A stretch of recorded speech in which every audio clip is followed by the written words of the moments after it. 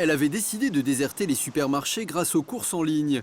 Mais Sophie est revenue à la méthode traditionnelle pour faire ses courses. Maintenant, je préfère me déplacer pour faire mes courses. C'est sûr, c'est un peu contraignant, c'est un peu fatigant, mais au moins, j'ai pas de mauvaise surprise et je suis sûre de la qualité. Plus question d'entendre parler de courses en ligne. Sophie a cumulé les mauvaises expériences. Aujourd'hui, elle peut vider son sac sereinement, car c'est elle-même qui l'a rempli. Par exemple, ces petites tomates, là, au moins, je suis sûre qu'elles sont de bonne qualité. Elles sont pas abîmées. Un petit pesto made in Italy. C'est un produit qu'on ne trouve pas sur les magasins en ligne. Ce petit jambon, j'ai la date de péremption. Si j'avais commandé sur Internet, j'aurais pas pu choisir une date aussi tardive. Et la liste des doléances est encore longue. Manque de promotion sur Internet, produits en rupture de stock. Sophie a plus d'un argument dans son sac de courses. Ce qui n'est pas forcément évident, c'est que lorsqu'on commande, on n'est pas sûr de recevoir tous nos produits. Ça m'est arrivé plusieurs fois de commander certaines choses que j'ai pas reçues au final. Et je l'ai su qu'à la réception. Un Français sur 10 a déjà fait ses courses en ligne au moins une fois dans sa vie. Un marché en expansion qui reste pourtant à la traîne face au reste du e-commerce. Comme Sophie, beaucoup de consommateurs sont encore réticents à l'idée d'acheter des produits alimentaires sur le net. Date limite de consommation trop proche, fruits et légumes pas assez frais, les anti-courses en ligne ne manquent pas d'arguments. Pourtant, les grandes surfaces ont mis le paquet pour développer ce nouveau mode de consommation. Et à les écouter, de la préparation jusqu'à la livraison des courses, leur méthode serait irréprochable. Alors les courses en ligne, bon plan ou galère, nous avons mené l'enquête. On a une commande? Oui, il y a une commande qui est tombée.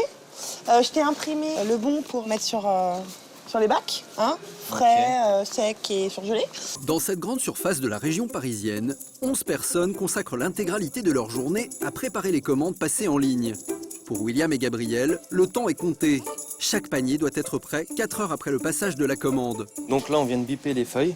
Donc ça nous dit les produits qu'on doit aller chercher en magasin. Donc là, le lait, par exemple. Donc on va prendre nos bacs et puis on va aller en magasin chercher le lait directement. Pour les préparateurs de commandes, cet appareil est une aide précieuse. Il mémorise les produits à récupérer en magasin, ainsi que leur quantité. Avec la machine, on ne peut pas se tromper. En fait, elle a le code barre, donc c'est comme si c'était une mini-caisse, en fait. Et on ne passe pas au produit d'après tant qu'on n'a pas la quantité. En cas d'erreur, les préparateurs se font rappeler à l'ordre par l'impitoyable machine. Voilà. Donc du coup, on sait que là, on a fait une erreur. Mais pour choisir certains produits, l'homme reste plus efficace que la machine. Voilà, jeune homme. Go. C'est le cas des fruits et légumes ou encore de la viande. Car ces aliments nécessitent une manipulation. Ils ne sont donc pas sélectionnés par les préparateurs de commandes, mais directement par les chefs de rayon. Alors, carottes. Ici, c'est Gérard le chef, et dans son rayon, c'est lui qui fait les courses pour les cyberclients.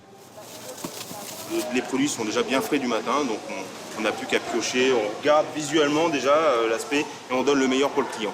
Même discours rayon boucherie. Si le client n'est pas là, il reste quand même roi. On fait comme si que le client était là, quoi. On le sert pareil. La qualité, la fraîcheur, le grammage qu'il veut, pareil. Merci. Merci, bonne journée. Moi aussi. Allez, on y va. En l'espace d'1h30, avec l'aide des chefs de rayon, Gabriel et William ont rempli un panier d'environ 150 produits. Cela peut sembler un peu long, mais d'après les responsables de ce supermarché, c'est le prix à payer pour offrir un service de qualité. Mais le système des courses en ligne est-il aussi irréprochable que le prétendent les grandes surfaces? Ce n'est pas tout à fait l'avis d'Olivier Guéraud, juriste pour une association de consommateurs. Selon lui, mieux vaut adopter quelques réflexes, histoire d'éviter les mauvaises surprises. Là, vous avez un exemple, on vous vend des pommes. Donc, vous regardez la photo, vous avez le sentiment d'avoir une dizaine de pommes. Et si vous êtes très attentif, en haut, vous vous rendez compte qu'on ne vous vend qu'aux 6 pommes. Vous êtes chez vous le soir, en fin de journée, un peu fatigué, c'est probablement là où votre attention elle est la plus faible. Et pour aller sur ces sites-là, sur la quantité, vous devez faire très attention. Et les exemples allant dans ce sens sont légion. Vous apercevez par exemple là que vous avez la photo d'un poivron. On vous explique ici que le prix donné est bien à la pièce, mais juste à côté, la même photo de poivron, le prix donné est pour 500 grammes. Donc vous n'allez pas recevoir la même chose alors que les photos sont assez semblables. D'où la nécessité d'être très attentif au descriptif, qui n'est pas forcément toujours écrit très gros. Mais pour obtenir satisfaction avec les courses en ligne, être attentif n'est pas toujours suffisant, notamment pour les produits frais et en particulier la viande. vous êtes dans le rayon de la viande et vous avez une donnée importante qui n'apparaît pas, c'est la date limite de consommation. Vous serez à la merci de ce que le préparateur aura mis dans votre caddie. Alors, achetez de la viande en ligne en quantité restreinte, de manière effectivement à ne pas tomber dans le piège des dates limites de consommation qui sont beaucoup trop proches. Remplir son frigo grâce à Internet, un bon plan qui peut donc parfois se transformer en galère. Il me manque des yaourts, du lait, des légumes. Car la liste des inconvénients ne s'arrête pas aux dates limites de consommation. Gabrielle, jeune femme active, a décidé de tester pour nous les courses en ligne, et c'est une première pour elle. Donc là, déjà, je m'aperçois qu'il faut avoir un minimum de 60 € de commande pour pouvoir être livré. Et bon, déjà, 60 € de courses, c'est pas évident de les faire à chaque fois. Pire encore, pour être livré gratuitement, le montant minimum requis est de 120 € d'achat. Autre mauvaise surprise, le temps consacré à remplir ce premier panier en ligne. C'est pas la même chose, carrément, dans les rayons, voilà, on déambule, on circule, et du coup, on trouve quand même assez facilement les produits. Là, il faut aller chercher dans des listes. C'est pas forcément instinctif, je trouve.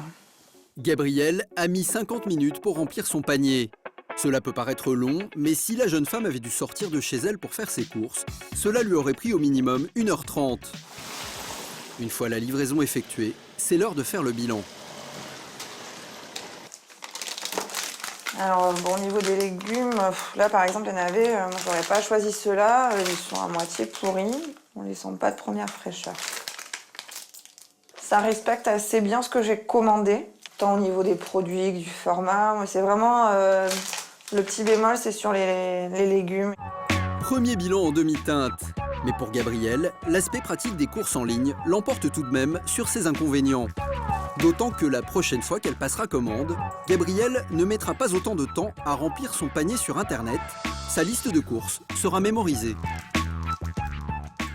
Je pense que je retenterai l'expérience parce qu'on n'a pas de charge, on est livré directement à la maison, on n'a plus qu'à mettre dans le frigo et on est tranquille, on est débarrassé de nos courses pour la semaine, quoi. Et en plus, les courses en ligne sont plus économiques pour Gabrielle, puisqu'elle n'est pas soumise aux mêmes tentations que dans les rayons d'un magasin. Les courses en ligne, c'est donc un gain de temps et d'énergie, et c'est aussi économique, à condition tout de même de maîtriser certains paramètres, et surtout d'être vigilant quand il s'agit d'acheter des produits frais.